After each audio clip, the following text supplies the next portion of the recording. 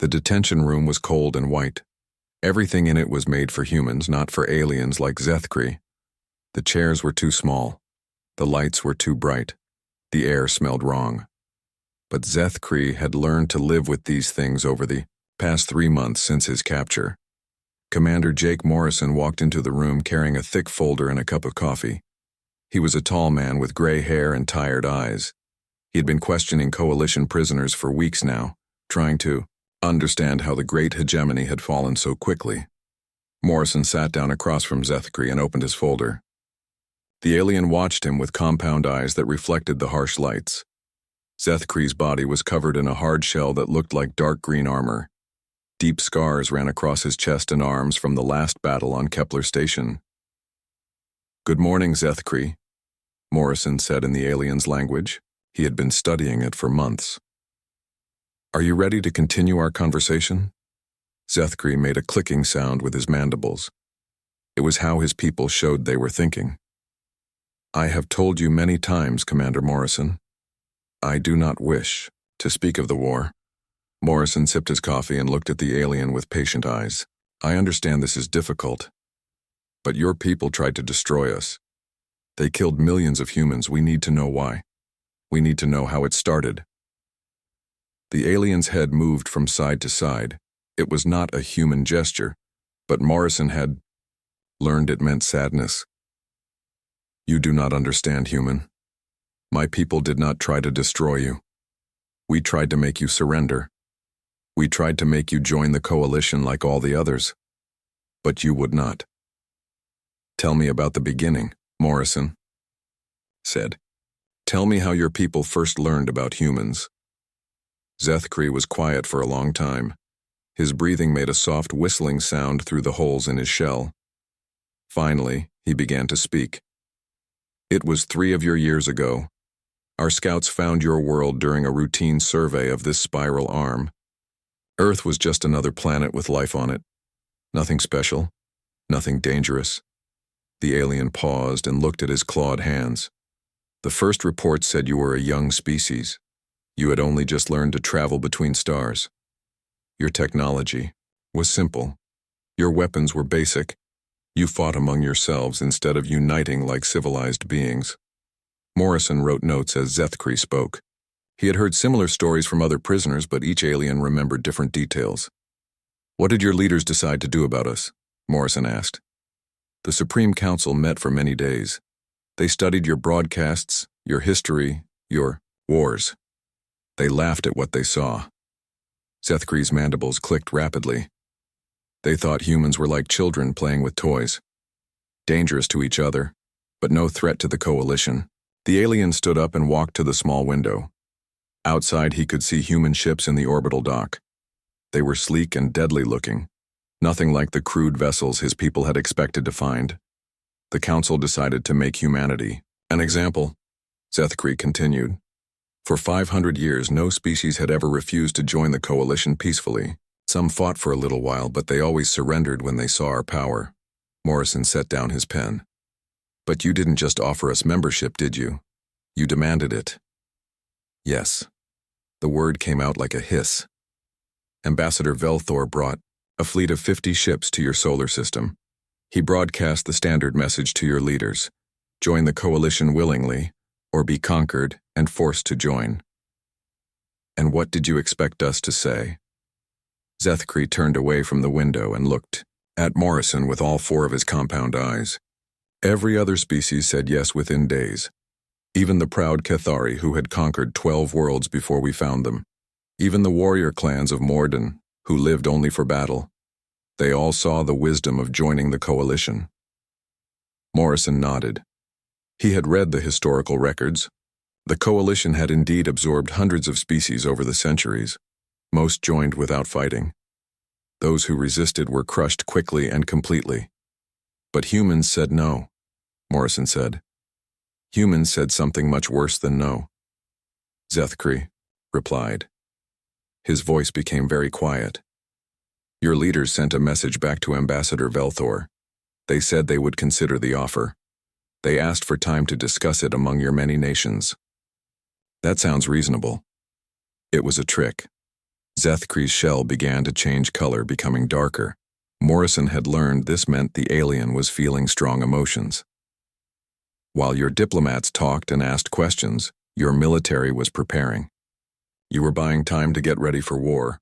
Morrison smiled slightly. Yes, we were. No other species had ever done such a thing. Deception in the face of certain defeat.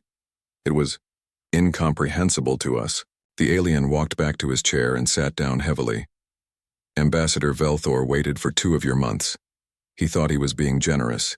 He thought your leaders needed time to convince your people to accept coalition rule. But we were. Building defenses, yes, and more than that.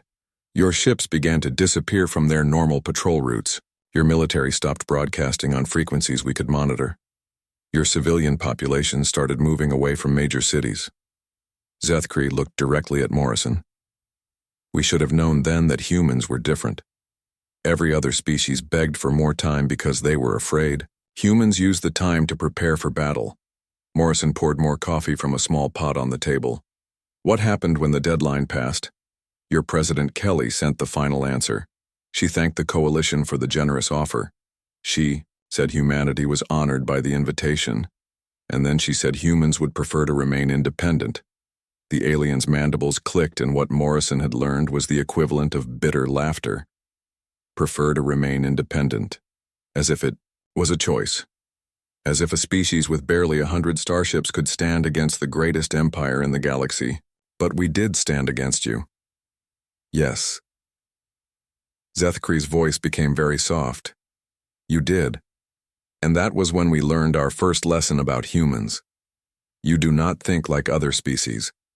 You do not accept that some enemies are too powerful to fight. Morrison finished his coffee and set the cup aside. Tell me about the first battle. Zethkri was quiet for a long time. When he finally spoke, his voice was filled with something Morrison had not heard before. Fear. Ambassador Velthor was insulted by your refusal. He ordered the fleet to demonstrate coalition power by destroying your orbital stations around Mars. It was meant to be a lesson, not a real battle, a show of force to make you reconsider. The alien's shell continued to darken. We brought 300 ships, the most powerful fleet ever assembled for such a simple task. Velthor expected you to surrender as soon as you saw them. But we didn't. No. You sent 50 ships to meet us. 50 small, ugly ships that looked like they might fall apart at any moment. Zethkri looked up at Morrison. We thought it was a joke, or perhaps a gesture of respect before surrender. Morrison waited. He could see that Zethkri was struggling with the memory. Your ships opened fire without warning, without demands, without speeches about honor or glory. They just started shooting. The alien's voice became a whisper. That was when we realized we had made a terrible mistake. The room fell silent except for the soft hum of the air recycling system. Morrison could see that Zethkri was tired. The alien had been fighting these memories for months. We can continue tomorrow, Morrison said gently. Zethkri shook his head. No. You need to understand what happened next. You need to know what your people did to the greatest military force in the galaxy. The alien looked directly at Morrison with all 4 eyes. Your 50 ships destroyed us, Commander. They killed 3,000 coalition soldiers and sent the rest of us running home like frightened children. And that was just the beginning. The next morning, Commander Morrison found Zethkri sitting in the same chair, staring out the window. The alien had not moved much during the night. The guard said he barely slept, just sat there making soft clicking sounds. Morrison brought 2 cups of the special drink that Zethkri's people liked. It smelled terrible to humans, but the alien seemed grateful for the gesture. Are you ready to continue? Morrison asked as he sat down. Zethkri took the cup with his clawed hands and drank slowly. I have been thinking all night about that first battle, about how wrong we were about everything. Tell me what happened at Mars. The alien set down his cup and began to speak. His voice was steady, but Morrison could see the fear in his compound eyes. Fleet Commander Velthor arranged our ships in the traditional attack formation. It was called the Iron Fist, 300 ships in perfect lines, moving forward together, like a wall of death. It had never failed in 5 centuries of war. Morrison made notes as Zethkri spoke. The human military was very interested in coalition tactics. Your 50 ships were waiting near the orbital stations. They looked so small. Compared to our fleet, Commander Velthor laughed when he saw them. He said it would be over in minutes. Zethkri's shell began to change color again, becoming darker. The commander opened communications with your ships. He expected to receive surrender messages. Instead, your Admiral Clark sent back a single word. What word? No. The alien's mandibles clicked rapidly. Just that. No. Nothing else. Then your ships spread out in all directions. Morrison had read the battle reports, but hearing it from the alien side was different. More frightening somehow. What did your fleet do? Commander Velthor was confused. Your ships were not running away, but they were not forming battle lines either. They moved in small groups, 3 or 4 ships together. Some went high, some went low. Some went around the sides of our formation. Zethkri stood up and walked to the window again. We had never seen such tactics. Every civilized species fought in formations. Ship next to ship, advancing together. But humans scattered like insects when you disturb their nest. Did that worry your commander? No. He thought you were panicking. He ordered the fleet to maintain formation and destroy your ships one group at a time. He said it would be like swatting flies. The alien turned back to Morrison. That was his second mistake. The first was not leaving immediately when you said no. Morrison leaned forward in his chair. This was the part he had been waiting to hear. Your first group of ships reached our formation and began firing, but they did not attack our strongest ships first like normal enemies do. They went after our supply ships, our repair vessels, our command ships. Zethkri's voice became quieter. Captain Hayes led that group. 4 small human fighters against our entire left flank. We thought they were committing suicide. Morrison smiled slightly. Lisa Hayes had become famous after the battle. But they weren't. No. They were doing something we had never seen before. They were fighting smart instead of fighting brave. The alien sat back down. Captain Hayes and her pilots flew through our formation like ghosts. They were too fast to catch, too small to hit easily, and they knew exactly which ships to attack. Our ships were designed to be fast and maneuverable, Morrison said. Yes, but more than that, your pilots flew like they were part of their ships, like the machine was part of their body. Our pilots are good, but they follow rules, they fight by the book.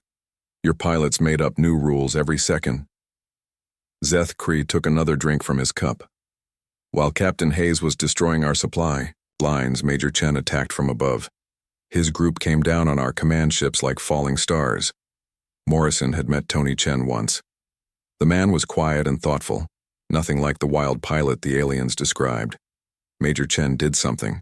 That still makes no sense to me, Zethkri continued. He split his group in the middle of the attack. 2 ships went left, 2 went right. They began firing at each other. At each other? Yes. But they were not trying to hit each other. They were using their own weapons fire to create a crossfire pattern. Our defensive systems could not track targets that were shooting in all directions at once. Morrison wrote this down quickly. Human tactical innovation was something the military studied constantly. What happened to your formation? Zethkri's mandibles clicked in what Morrison now recognized as bitter amusement. Formation? What formation? Your pilots were everywhere at once. Above us, below us, inside our lines, behind our ships. The Iron Fist became a confused mob. The alien stood up again and began pacing around the small room. Commander Velthor tried to restore order. He sent messages to his ship captains telling them to reform the lines. But your people had cut our communication links. Half our fleet could not hear his orders. That was intentional, Morrison said. Of course it was. Everything your people did was intentional. While we were trying to figure out where you were, Captain Rodriguez led another group of ships against our heavy cruisers. Morrison looked up from his notes. Amy Rodriguez? Yes. She commanded 8 ships against 40 of our best warships. It should have been slaughter. Zethkri stopped pacing and looked directly at Morrison. Instead, She destroyed 12 coalition cruisers and damaged 20 more. How? She used our own tactics against us. Captain Rodriguez made her ships look like they were running away. Our cruisers broke formation to chase them. Then your ships turned around and attacked the cruisers one at a time while they were separated from the main fleet. The alien sat down heavily. But the worst was yet to come. Commander Walsh and his ship, the Defiant. Morrison had heard this story many times, but never from a coalition survivor. Commander Walsh's ship was badly damaged early in the battle. His engines were failing, his weapons were nearly gone. Any civilized captain would have surrendered or tried to escape. But he didn't. No. He did something that froze the blood in our veins. He pointed his dying ship at our flagship and began accelerating toward it. Zethkri's shell turned almost black. Commander Velthor thought it was another human trick. He ordered the flagship to move away. But Walsh followed, using his last fuel to stay on course. Morrison could see that this memory was particularly painful for the alien. Our point defense weapons fired at the Defiant, but Commander Walsh had transferred all power to his forward shields. The human ship kept coming like a spear thrown by an angry god. What did your commander do? He panicked. For the first time in his career, Fleet Commander Velthor panicked. He ordered all ships to fire on the Defiant. 30 coalition warships turned their weapons on one dying human vessel. Zethkri looked out the window at the human ships in the dock. Commander Walsh broadcast a message on all frequencies just before the end. He said Earth sends its regards, and then he rammed his ship into our flagship at full speed. The room was quiet for a long moment. Morrison had seen the recordings. The explosion had been visible from Mars itself. Both ships were destroyed. Zethkri whispered. Commander Velthor and Commander Walsh died together in fire and metal, but Walsh's sacrifice broke something in our fleet. Our ships began to retreat. The battle was over. The battle was lost before it began, the alien replied. We just did not know it yet. Your 50 ships had destroyed or damaged over half our fleet. We limped back to coalition space with our tails between our legs, as you humans say. Morrison closed his notebook. What did your leaders say when you reported the defeat? Zethkri made a sound that might have been laughter. They said we were lying. They said no species could defeat the Iron Fist with 50 ships. They said we must have faced some kind of secret weapon. But you knew better. Yes, I knew the secret weapon was something far more dangerous than any machine. The alien looked directly at Morrison with all 4 eyes. The secret weapon was humans who refused to fight like civilized beings. Humans who treated war like a puzzle to be solved instead of a ritual to be performed. Morrison gathered his papers and stood up. We'll continue tomorrow with what happened next. As he reached the door, Zethkri called out to him. Commander, Morrison? Yes? That was just the beginning. What your people did after the Mars battle. That was when we truly learned to fear the name human. Commander Morrison arrived early the next day. He found Zethkri already awake, sitting with his back to the door. The alien had been drawing strange symbols on the table with his claw. Morrison recognized them as coalition military ranks. You have been thinking about your old comrades, Morrison said as he sat down. Zethkri did not turn around. I have been thinking about the dead. So many dead because we did not understand what we were fighting. Morrison placed a recorder on the table and activated it. Tell me what happened after the Mars battle. The alien finally turned to face him. Zethkri looked older somehow, more tired than before. The survivors of our fleet returned to coalition space. We told our story to anyone who would listen. Most did not believe us. But some did. Yes, General Kexeran believed us. He had fought in the conquest of the Mordun warrior clans. He knew the difference between lucky victory and superior tactics.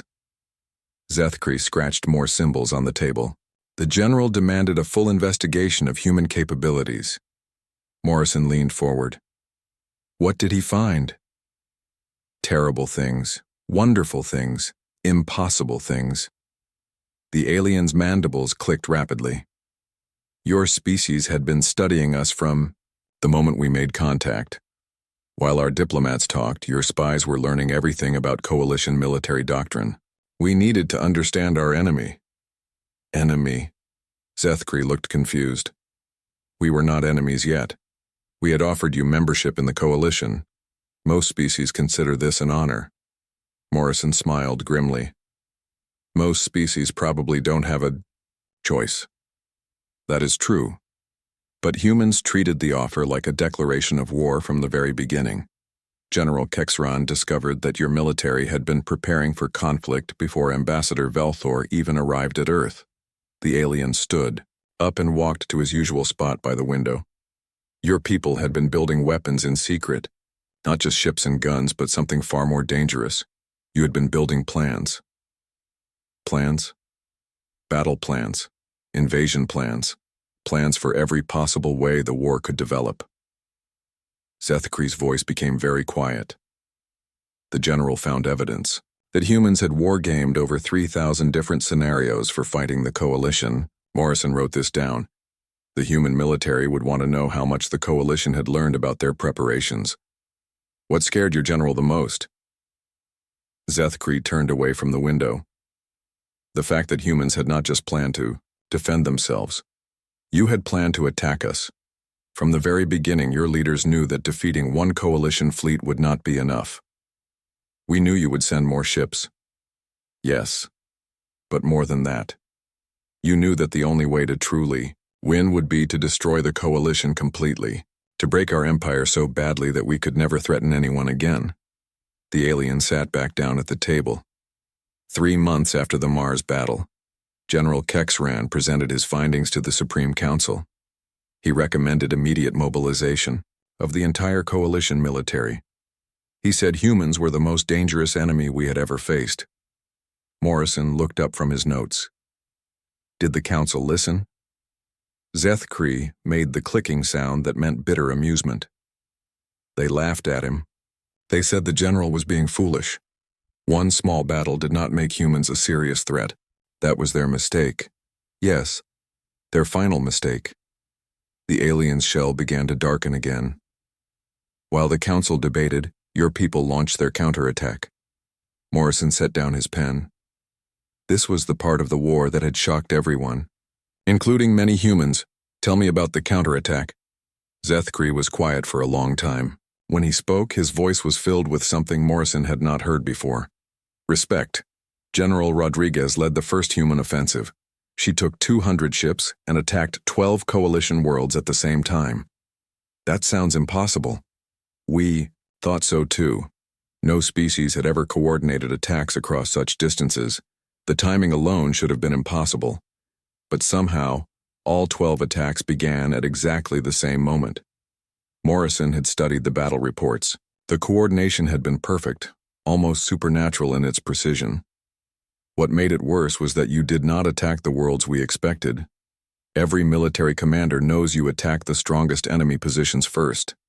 Humans attacked our weakest worlds first. Why did that surprise you? Zethkri looked directly at Morrison. Because it meant you were not fighting for glory or honor. You were fighting to win. Those weak worlds were our supply bases, our training centers, our communication hubs. The alien began drawing more symbols on the table. Within 1 week, General Rodriguez had cut the communications between 50 coalition worlds. Our regional commanders could not talk to each other or to the Supreme Council. Morrison nodded. He was beginning to understand how humans had won so quickly, but the attacks were just the beginning. What your people did on the captured worlds was even more frightening. What do you mean? Every other species we had conquered simply accepted defeat. They became part of the coalition peacefully. But humans did something different on every world they captured. Zethkri's mandibles clicked nervously. They talked to the local populations. They asked questions about coalition rule. They listened to complaints and stories of oppression. Morrison could see where this was going. And then? Then they armed the locals and taught them to fight. The alien's voice became very soft. Within months, every coalition world that humans had touched became a rebellion center, Morrison wrote quickly. This was intelligence that the human military had been hoping to confirm. Colonel Murphy led the assault on Kithara. It should have been impossible to capture. The fortress world had never fallen in 800 years of coalition control. But it did fall. Yes. But not the way we expected. Colonel Murphy did not try to break through our defenses. Instead, he landed his forces in the slave quarters outside the main city. Zethkri stood up and began pacing, again. The colonel spent 3 days just talking to the enslaved populations, learning their languages, understanding their grievances, promising them freedom if they helped. And they helped. They more than helped. They became human soldiers without human training. The slaves knew every secret passage, every weak point in our defenses. They guided Colonel Murphy's forces through paths we did not even know existed. The alien stopped pacing and looked at Morrison with all 4 eyes. When the attack finally came, it was not humans against coalition forces. It was humans and liberated slaves against their former oppressors. Morrison could imagine how demoralizing that must have been for coalition troops. The fortress fell in 6 hours. 6 hours to capture a world that had resisted conquest for centuries. Zethkri's voice became a whisper. But that was not the worst part. What was the worst part? What Colonel Murphy did with the prisoners. He did not execute them or torture them for information. He gave them medical care and food. He treated wounded coalition soldiers the same as wounded humans. Morrison looked confused. That bothers you? It terrified us, Zethkri replied. Some of our soldiers began to surrender voluntarily. They preferred human captivity to coalition discipline. Word spread through our ranks that humans were more merciful to their enemies than the coalition was to its own troops. The alien sat down heavily. Within 6 months, we had a desertion crisis. Soldiers were abandoning their posts to surrender to human forces. Some were even defecting and joining your cause. Morrison closed his notebook. How did your leaders respond? Zethkri's shell turned completely black. They panicked. For the first time in coalition history, the Supreme Council was afraid. They ordered the deployment of the planet killers. Planet killers? Orbital bombardment ships. Weapons designed to destroy entire worlds from space. The Council decided that if they could not defeat humans in battle, they would simply eliminate human worlds one by one. Morrison felt a chill run down his spine. Did they use them? They tried to, but your people were ready for that too. Zethkri looked directly at Morrison. That was when we learned that humans had been holding back during the entire war. Everything we had seen before was just the beginning. The alien's voice became very quiet. That was when Admiral Ross arrived with the Deep Space Fleet. Morrison leaned forward. Tell me about Admiral Ross. Tomorrow, Zethkri said. I am too tired today to speak of such horrors, but I will tell you this much. When Admiral Ross entered Coalition space with her fleet, that was the moment our empire truly died. As Morrison gathered his papers, Zethkri called out to him one more time. Commander Morrison? Yes? The Coalition had conquered 200 worlds over 5 centuries. We thought we knew everything about war, but humans taught us that we knew nothing at all. The final morning came gray and cold. Commander Morrison entered the detention room to find Zethkri standing at the window, watching human ships prepare for departure. The alien had not moved from that spot for hours. It is time to finish the story, Zethkri said without turning around. Morrison sat down and activated his recorder. He could sense that today would be different. The alien seemed calmer but also more resigned. Tell me about the planet killers, Morrison said. Zethkri finally turned away from the window. The Supreme Council gave the order on a day we call Black Sun. 12 bombardment ships left Coalition space heading for 12 human worlds. Their mission was simple: destroy everything. Morrison had read the intelligence reports about those ships. Each one carried enough firepower to turn a planet into molten rock. The Council believed that once humans saw entire worlds burning, you would surrender. They thought your species would choose survival over resistance. But we didn't surrender. No, you did something the Council never expected. You broadcast the Coalition's targeting list to every species in known space. You told everyone which worlds were about to die. Zethkri sat down at the table and folded his clawed hands. Within hours, every conquered species knew that the coalition was willing to commit genocide to maintain power. Rebellions broke out on 50 worlds at once. Morrison made notes as the aliens spoke. The human strategy had been brilliant in its simplicity, but the bombardment ships were still coming. Nothing could stop them once they reached their targets. The aliens' mandibles clicked nervously. That was when Admiral Ross revealed herself. Where had she been? Nowhere. Everywhere. For 3 years, while the coalition fought your visible fleets, Admiral Ross had been building a secret armada in the dark spaces between stars. Zethkri's shell began to change color, becoming lighter instead of darker. Morrison had never seen this before. The Admiral's fleet appeared without warning in the Nexus system, at the very heart of coalition space. 200 ships that looked like nothing we had ever seen. Morrison leaned forward. Different how? They were larger than our biggest dreadnoughts, but moved like fighters. They carried weapons that could destroy our ships from impossible distances. Their shields could absorb our most powerful attacks without damage. The alien stood up and began pacing around the room. But the ships were not the most frightening thing about Admiral Ross's fleet. It was the crews. What about the crews? They were not all human. Admiral Ross had recruited volunteers from every species the coalition had ever oppressed. Cathari warriors flew alongside human pilots. Morden fighters served as marines on human ships. Zethkri stopped pacing and looked directly at Morrison. Your admiral had created something the galaxy had never seen before. A truly united fleet fighting for freedom instead of conquest. Morrison could imagine how shocking that must have been for coalition forces. What happened when she reached the Nexus?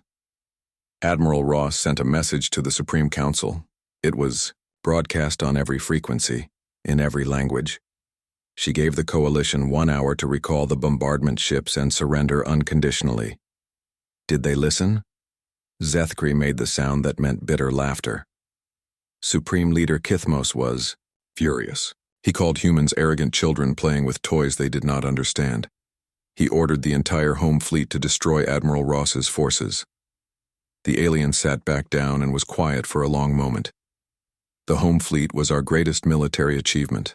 3,000 ships, including vessels that had never been defeated in 500 years of war. Morrison waited. He could see that this memory was particularly difficult for the alien. The battle lasted 4 hours. When it was over, the entire coalition home fleet was destroyed or captured. Admiral Ross lost 17 ships. Morrison stopped writing. 17 ships against 3,000? Yes. Your technology was so far beyond ours that it was not really a battle. It was a demonstration. Zethkri's voice became very quiet. We learned that humans had been holding back their best weapons during the entire war. Why would we do that? Because you wanted to study us. You wanted to learn everything about coalition technology and tactics before revealing your true capabilities. The alien looked out the window again. While Admiral Ross was destroying our home fleet, General Martinez began his assault on the Yas coalition capital world. Morrison had met Roy Martinez once. The general was a quiet man who preferred strategy to speeches. The capital had never been attacked in our entire history. It was protected by orbital fortresses, energy shields, and automated defense systems. No enemy had ever come close to breaching our defenses. But General Martinez did. General Martinez did not try to breach our defenses. He went around them, under them, through them. His forces used technologies we did not know existed. Zethkri began drawing symbols on the table again. The general's ships could become invisible to our sensors. They could travel through solid matter like ghosts. They appeared inside our defensive perimeter without triggering a single alarm. Morrison realized he was holding his breath. What happened next? General Martinez contacted Supreme Leader Kithmos directly. The general appeared on every screen in the capital city at the same time. He spoke in perfect coalition language, using formal grammar that showed deep respect for our culture. The alien's mandibles clicked rapidly. General Martinez said that the coalition had fought bravely, but the war was over. He offered terms for surrender that were more generous than any conqueror had ever given. What terms? Complete amnesty for all coalition military personnel, self-governance for every member species, reparations for damages caused during the war, and most shocking of all, an offer for the coalition to join a new alliance based on equality instead of dominance. Morrison looked up from his notes. That doesn't sound like the terms of conquest. That was what made them so terrifying. Every other conqueror in history had demanded submission and tribute. Humans offered partnership and forgiveness. Zethkri stood up and walked to the door, then back to the table. Supreme Leader Kithmos was faced with a choice no coalition leader had ever confronted. Surrender to an enemy who offered mercy, or fight to the death for an empire built on oppression. What did he choose? He chose surrender. On that day, the Hegemony Coalition officially ceased to exist after 500 years of expansion. The alien sat down one final time. But that was not the end of the story. What happened after the surrender was even more remarkable. Morrison waited for Zethkri to continue. Your people kept their promises. Every single one. Coalition soldiers were released and allowed to return home. Conquered worlds were given their independence.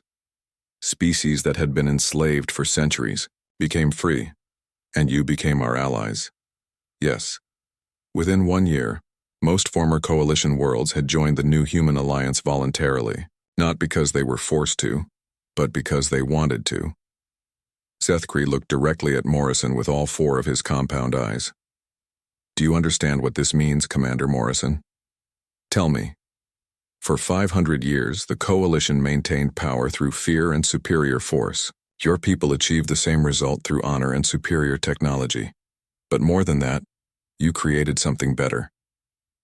The alien shell had become completely light-colored now. Morrison realized this meant hope. Humans did not just defeat the coalition. You showed the galaxy that there was a better way to organize civilization. Instead of conquest, cooperation. Instead of slavery, partnership. Morrison turned off the recorder and gathered his papers. Is that why you agreed to help us? I agreed to help because I finally understand what General Kexaran tried to tell the Supreme Council. Humans are not just another warrior species. You are evolution's answer to the question of what intelligent life can become. Zethkri stood up as Morrison prepared to leave. Commander Morrison? Yes? I have one final warning for your leaders. Other empires exist beyond coalition space. Some are larger and more powerful than we ever were. They will come eventually. Morrison paused at the door. Are you worried about humanity? No, Zethkri replied. I am worried about them. They have no idea what they will be facing when they encounter a species that has turned war into art. As Morrison walked down the corridor, he could hear Zethkri making soft clicking sounds behind him. The alien was no longer afraid. For the first time since his capture, he was happy. The war was over. The galaxy was free. And somewhere in the darkness between stars, other empires were about to learn what the coalition had learned too late. Humans do not just fight wars, they perfect them.